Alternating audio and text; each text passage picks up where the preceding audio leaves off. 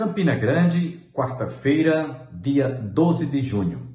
Hoje celebra-se o Dia do Correio Aéreo Nacional e também o Dia dos Namorados e ainda o Dia do Enxadrista.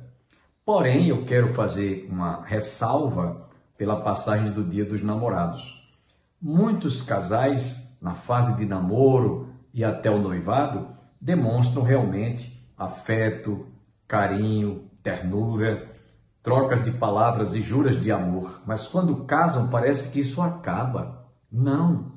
O casamento é um desfecho final de dois jovens que se enamoraram durante anos, em que se conheceram, noivaram e casaram. Portanto, depois do casamento, aí é que o amor, aí é que o carinho, a ternura, o romantismo deve ser coroado de êxito. Vocês devem continuar namorando. E eu pergunto, você continua namorando a sua esposa, você continua namorando o seu marido? Ou esse namoro acabou?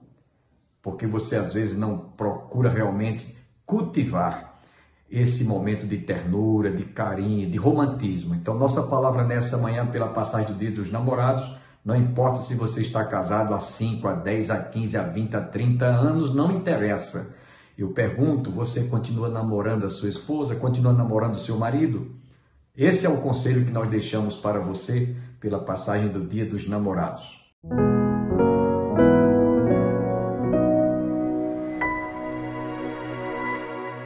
Toda igreja, que cada um de vós, em santificação e honra, guarde o vosso corpo. Paulo estava dizendo, tenham controle no vosso corpo. Controle os desejos do vosso corpo. E aqui agora uma palavra. Nós estamos aqui hoje à noite, irmãos, diante de Deus e tratando sobre um assunto muito especial, sobre a família. E aqui eu queria falar, irmãos, sobre o casamento. Paulo está dizendo, por favor, cada um saiba possuir o seu próprio corpo em santificação e honra. Uma das coisas que tem levado casamentos à ruína, irmãos, é a pornografia.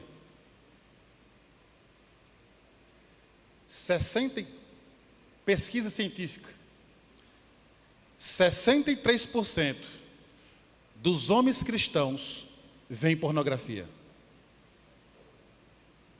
E isso, irmãos, tem maculado o santo matrimônio.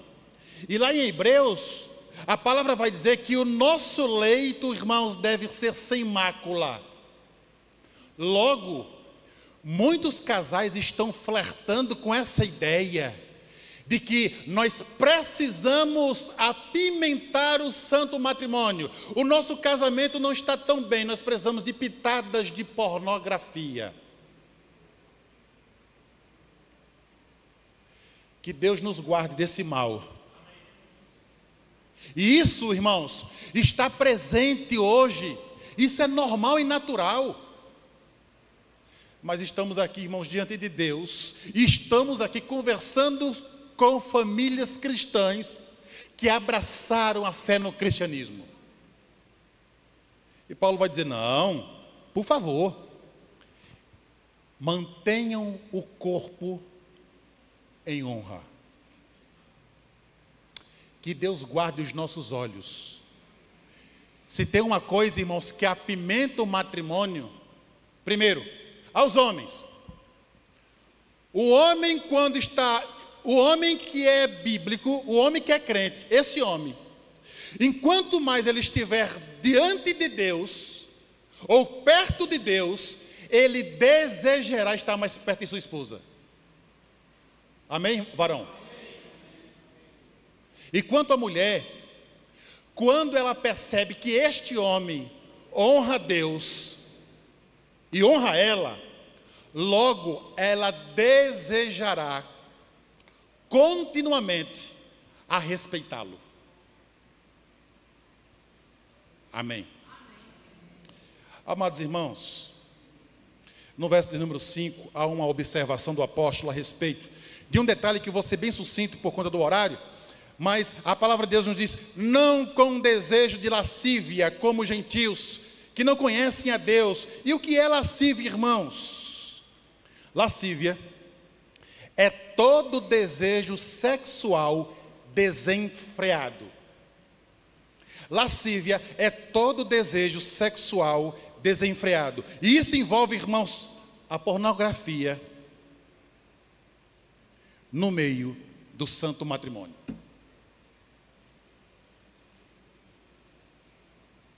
No verso 6, o apóstolo Paulo estava dizendo que sobre esta matéria ninguém ofenda e defraude o seu irmão. Sabia por quê? Porque Deus é vingador. O que é que o apóstolo Paulo estava dizendo sobre isso, irmãos? Defraudar. E aqui, eu estava, irmãos, imerso, mergulhando em muitos comentaristas relevantes, e um dos comentaristas, tecendo comentários teológicos sobre esse defraudar, ele usa, irmãos, um exemplo. E aqui nos cabe nessa noite. O jovem que pensa em namorar, o jovem que namorou, esse jovem, ele não pode demorar muito tempo no namoro, porque senão ele não vai aguentar. Vocês me entendem? Eu estou vendo aqui que tem alguns adolescentes me ouvindo, irmãos. Vocês pais, não fiquem preocupados com isso. Isso não é muito alto para eles. Eles escutam coisas muito mais relevantes na escola com as amiguinhas e os amiguinhos. Aqui é a fichinha para eles. Portanto, irmãos, o apóstolo Paulo estava dizendo: vocês que namoram, por favor, mantenham-se puros e não estenda muito o namoro, porque vocês podem não se segurar. Todos me entendem? Vocês podem cair em tentação e pecar diante de Deus. E Paulo estava dizendo: não defraude ninguém. O que é que ele queria dizer? Quando você iniciar o namoro, por favor, inicie com propósitos santos, dizendo: olha, minha filha, nós vamos começar o namoro, daqui a 1 ano nós vamos noivar, e o mês que vem nós vamos casar. A irmãzinha ali deu um sorriso, dizendo: glória a Deus, amém. Eita glória! É assim mesmo, irmãos. Quando eu fui me casar, pastor Bosco, em 1999, chamei o sogro e disse: sogro, eu quero noivar com a sua filha. Ele disse para mim: o que é que você tem? Eu disse: eu tenho uma aliança. Eu disse: só aliança? Só. O que mais? Só. Já tem a casa? Eu disse: não. Tem os móveis? Não. Eu digo: e ele só quer casar como? E eu usei aquela velha estratégia: Deus proverá. Hoje, irmãos, hoje, os jovens para casar, estou terminando a faculdade, vamos esperar. Me lembrei, eu vou fazer após mais 2 anos. Para mim ganhar melhor, meu bem, eu vou fazer o mestrado, mais 2 anos. Está tão pouco, eu vou para o doutorado, mais 4.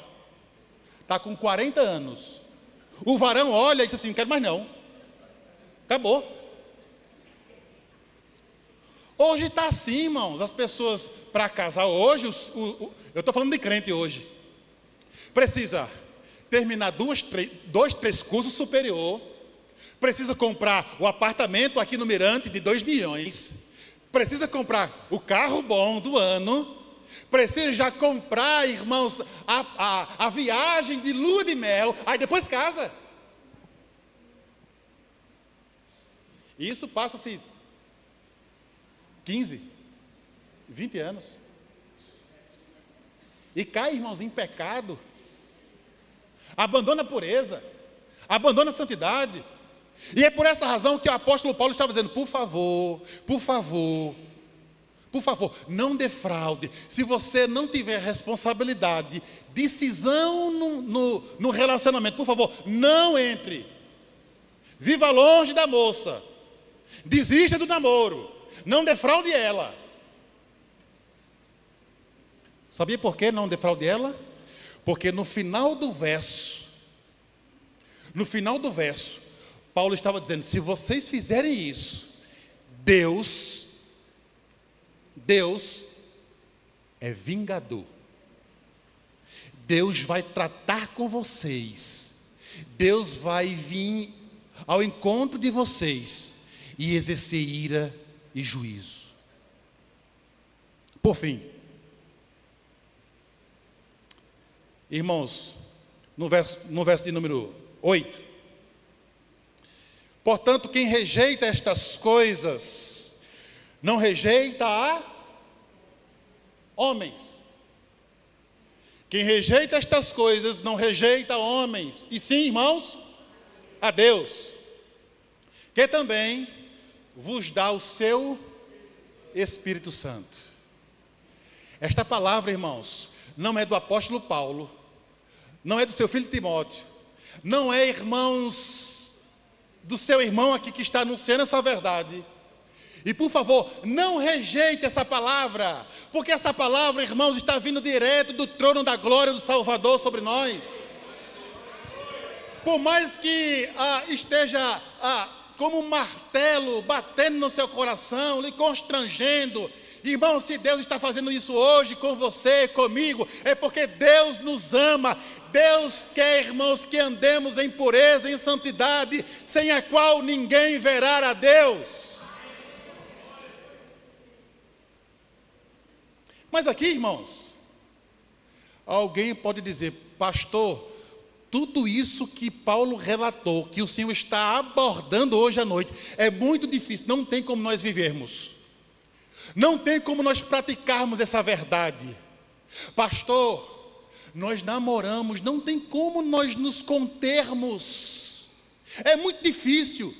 Eu sei, varão, que é difícil.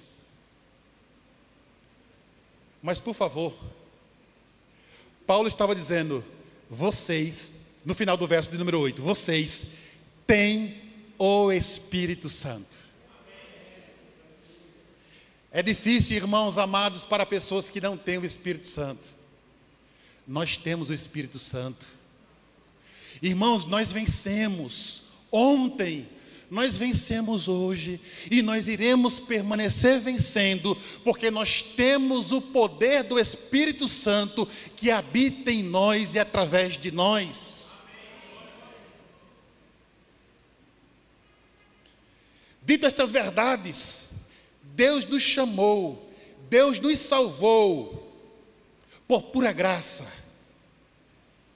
Mas não é uma graça qualquer.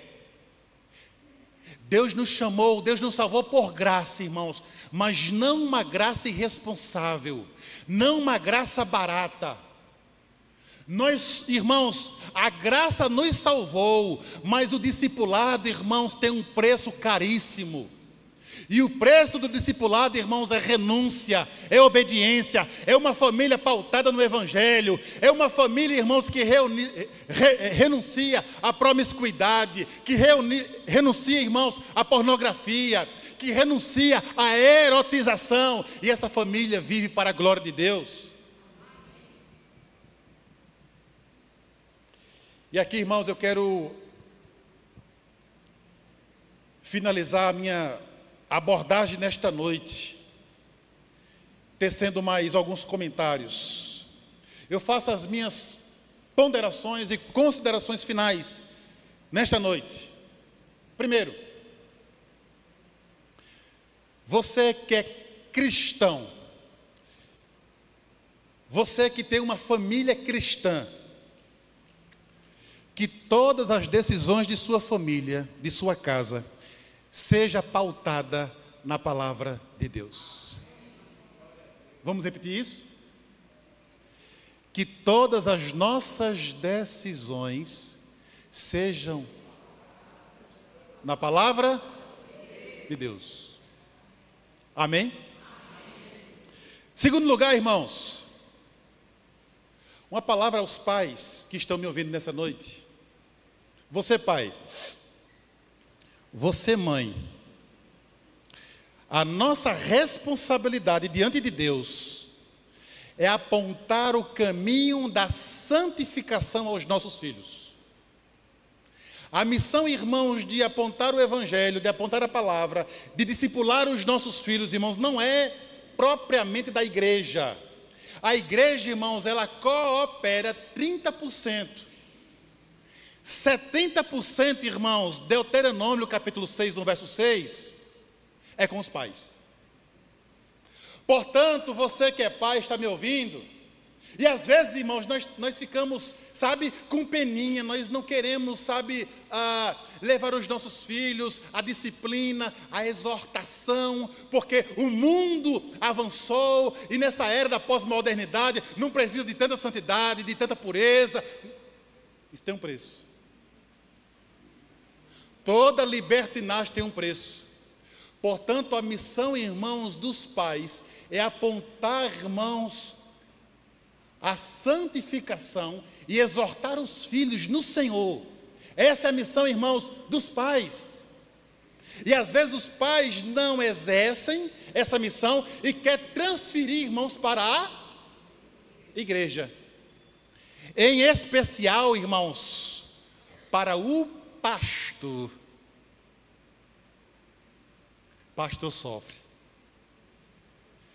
De vez em quando eu estou na igreja, pastor Bosco, que os pais vêm subindo com o filho vem virado, com a lata na mão, jogando. E os pais ficam,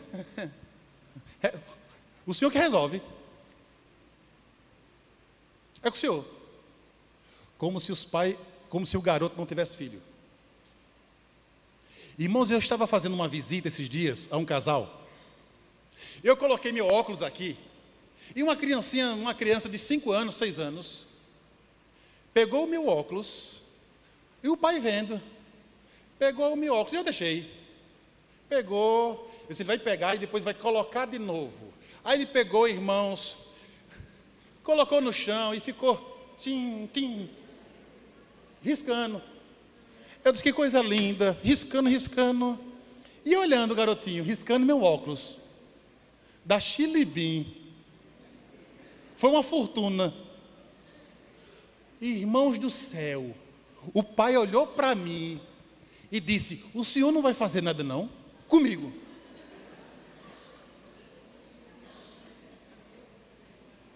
Comigo. E eu, irmãos, eu me calei. Porque eu estava tão assim nesse dia, eu acho que com Jeová, que eu me calei, eu me contive. Mas por dentro eu fiquei, quem é o pai desse menino? Será que sou eu?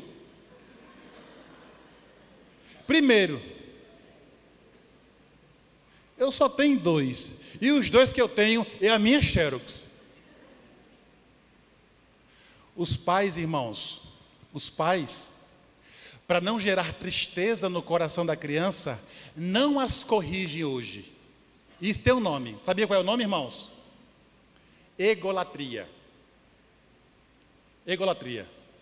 Os pais não estão preocupados com os filhos, estão preocupados consigo mesmo. Eles não exortam a criança para que a criança não fique triste com os pais. E tem muitos pais que querem ficar bem na fita com os filhos. E passam a responsabilidade da exortação, do ensino, da correção, a qualquer outra pessoa, menos ele quer ficar bem.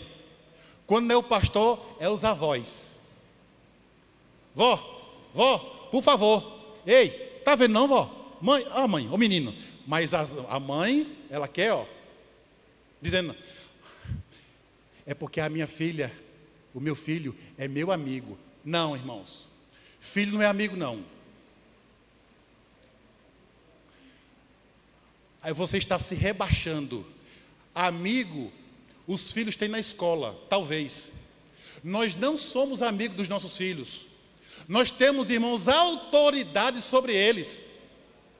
Amigo não tem autoridade sobre os filhos.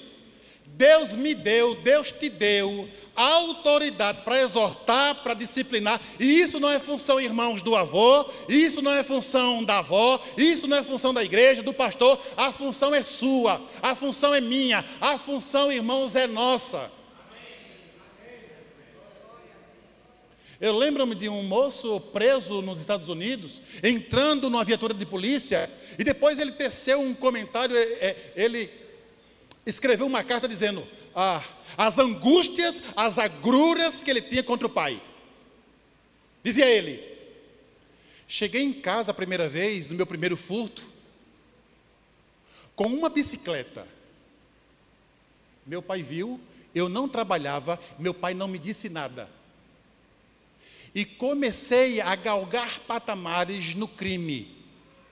Chegava com um Rolex de 50 mil, de 100 mil. Meu pai olhava e dizia assim: legal.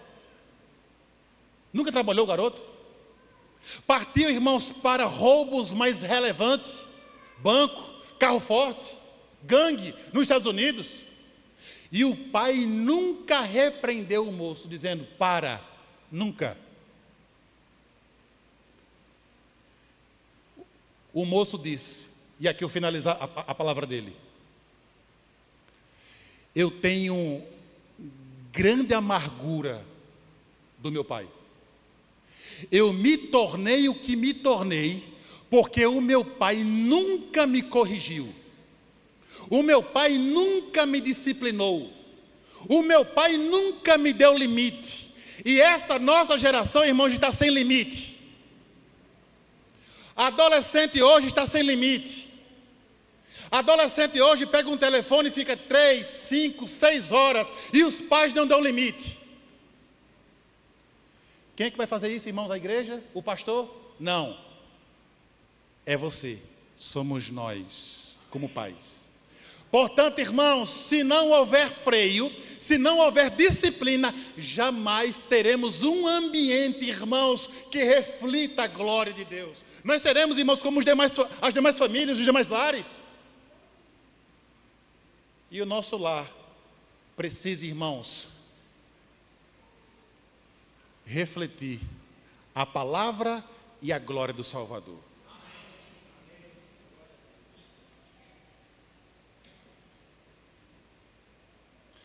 Terceiro ponto. Eu já falei com os namorados, mas os que namoram, mais uma vez, vou dizer a vocês, aos que namoram, vida íntima, vida sexual ativa, só após do casamento. Eita! Toda a igreja, com a irmãzinha ali, só foi eu e ela. Eu vou repetir, viu, varoa? Aos que namoram, vida íntima, sexual, só após do casamento. Amém, irmãos? Amém. Para os casais, fujam da armadilha das tentações do próprio Satanás. Fujam da pornografia, para aquecer o tal do casamento. Fujam desse mal. Porque isso, irmãos, fere a santidade de Deus, fere os cônjuges. E ao mesmo tempo, irmãos, isso acaba com o relacionamento. Por fim, você adolescente e jovem que está me ouvindo nesta noite. Há algum adolescente aqui que está me ouvindo? Adolescente? Ninguém? Saíram para a salinha, não foi, os adolescentes? Não? Levanta, adolescente. Olhem para mim, vocês adolescentes. Não tenham vergonha de dizer na escola que vocês são virgens. Varão, você adolescente, não tenha vergonha de dizer: eu nunca fiquei com ninguém. Não tenha vergonha. Porque hoje, irmãos, uma moça dessa com 14, 15 anos dizer que é virgem, se prepare. Se prepare para o bullying. Se prepare para as risadas. Se prepare. E, irmãos, eu conversando com alguns colegas da minha cidade, na área da psicologia, sociologia, diz: pastor, nós precisamos trazer Deus para Puxinanã. Hoje as adolescentes, os adolescentes com 12, 13 anos, têm vida sexual ativa. Ativa. Sabia por quê, irmãos? Porque não tem uma base cristã familiar.